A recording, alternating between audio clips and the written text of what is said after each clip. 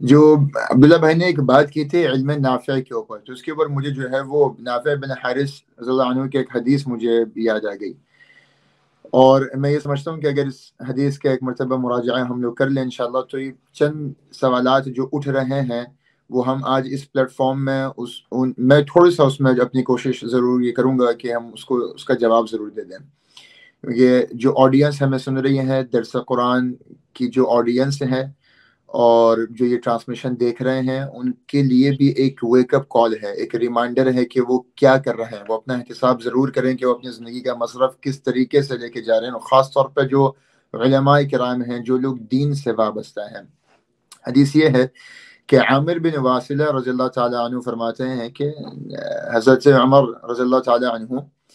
عسفان مکے سے قریب ایک گاؤں ہے، ایک علاقہ ہے جو تقریباً 125 کلومیٹر دور ہے۔ جو اپنے دور خلافت میں وہ وہاں سے گزر رہے تھے، مکے سے قریب گزر رہے تھے، تو وہاں پہ ان کی ملاقات نافع بن حارث رضی اللہ تعالیٰ عنہ سے ہوتی ہے۔ جب نافع بن حارث کو انہوں نے ایز اے کلیکٹر، جو نا ایز اے خلیفہ مکہ کا انہوں نے اپوائنٹ کیا تھا حضرت عمر بن خطاب نے۔ جب عسفان میں ان سے ملاقات ہوئی تو انہوں نے کہا کہ آپ تو یہاں پہ ہیں، تو آپ نے مکے میں اس ویلی میں، ٹھیک ہے، وہاں پہ آپ نے کس کو بھی اپوائنٹ کیا آپ نے؟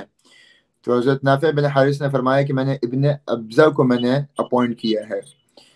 تو حضرت عمر حیران ہو گئے، کہتے ہیں مولن من موالینا، تم نے ہمارے ایک آزاد غلام کو جو ہے نا وہ ان کے اوپر ایک خلیفہ بنا دیا ہے، غلام کو ہمارے؟ تو انہوں نے کہا ہاں۔ تو انہوں نے کہا کیوں کیا تم نے ایسا،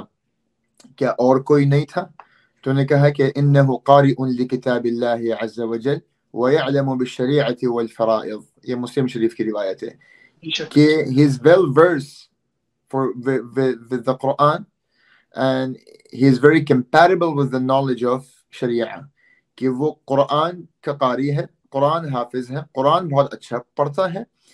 اور دینی شریعت کے علوم میں اور فرائض کے علوم میں بھی بہت ماہر ہے۔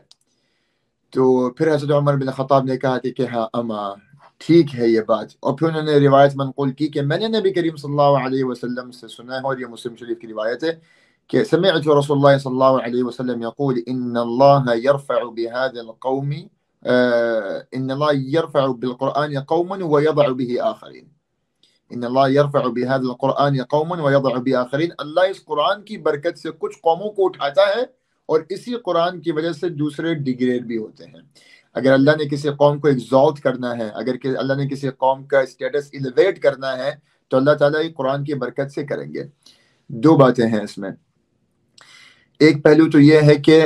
ہمارے پاس دینی طبقہ موجود ہے، علماء کرام موجود ہیں۔ پچھلے سال اور اس سے پچھلے سال کووڈ کے دورانیہ میں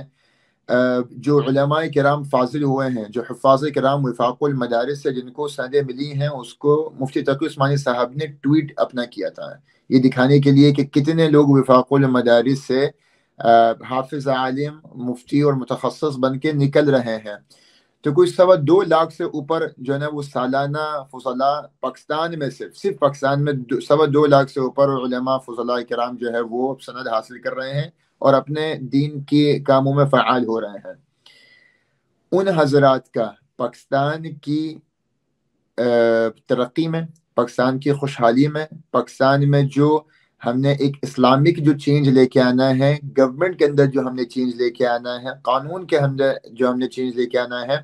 اس میں ان علماء کرام کا اثر کیا ہے، ان علماء کرام کی ویلیو ایڈیشن کیا ہے، ان کی کنٹریبیوشن کیا ہے۔ اس پہلو کو اگر دیکھیں اور یہ ضرور سوچ لیں کہ ہم اسلامی ریاست کی تو بات کرتے ہیں،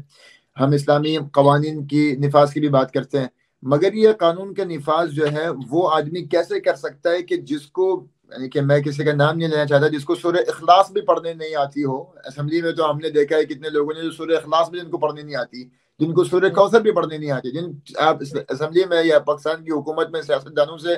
جو ہے نا وہ 90% لوگوں سے اگر میں ایک جنرل اسٹیٹمنٹ نہیں دے رہا، جو آپ سورہ فاتحہ کا آپ ترجمہ ان سے پوچھتے ہیں تو ان کو نہیں آتا ہوگا، ہم کیسے توقع کر لیں کہ یہ لوگ جو ہے پاکستان میں وہ خیر کا کام کریں گے جو خیر کے خواب ہمارے بڑوں نے دیکھا ہے، یا جس خیر کے لیے ہمارے جو ہے نا وہ لاکھوں لوگوں نے اپنے جو ہے نا وہ جانوں کا نذرانہ پیش کیا ہے اس ملک کے لیے، وہ کر نہیں سکتے. اس کے لیے علماء کرام کو آگے آنا پڑے گا، اور علماء کرام کو یہ سوچنا پڑے گا کہ میں صرف مسجد اور مدرسے کی حد تک تو میرے دینی خدمات ہوں، دنیاوی خدمات میں مجھے بیوروکریسی میں آنا پڑے گا. میں ابھی لاہور میں ہم نے جب بہت گرمی ہو رہی تھی اور کچھ مسائل تھے، ہم نے اپنی سبیل وغیرہ وہاں پہ لگائی تھی، تو کچھ علماء جو ہے وہ میرے پاس آئے. تو ایک عالم نے مجھے لاہور میں کہا کہ میں نے جو ہے وہ لاء پڑھنا شروع کر دیا ہے، اب میں جو ہے وہ LLB کرنے جا رہا ہوں. مجھے بہت خوشی ہوئی. گورنمنٹ کے جو ہے نا، چاہے وہ آرم فورسز ہوں، چاہے وہ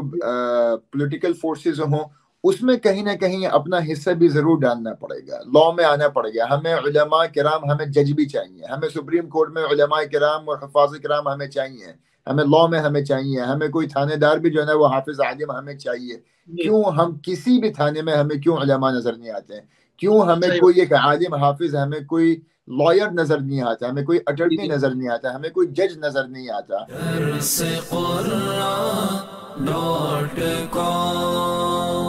www.darsequran.com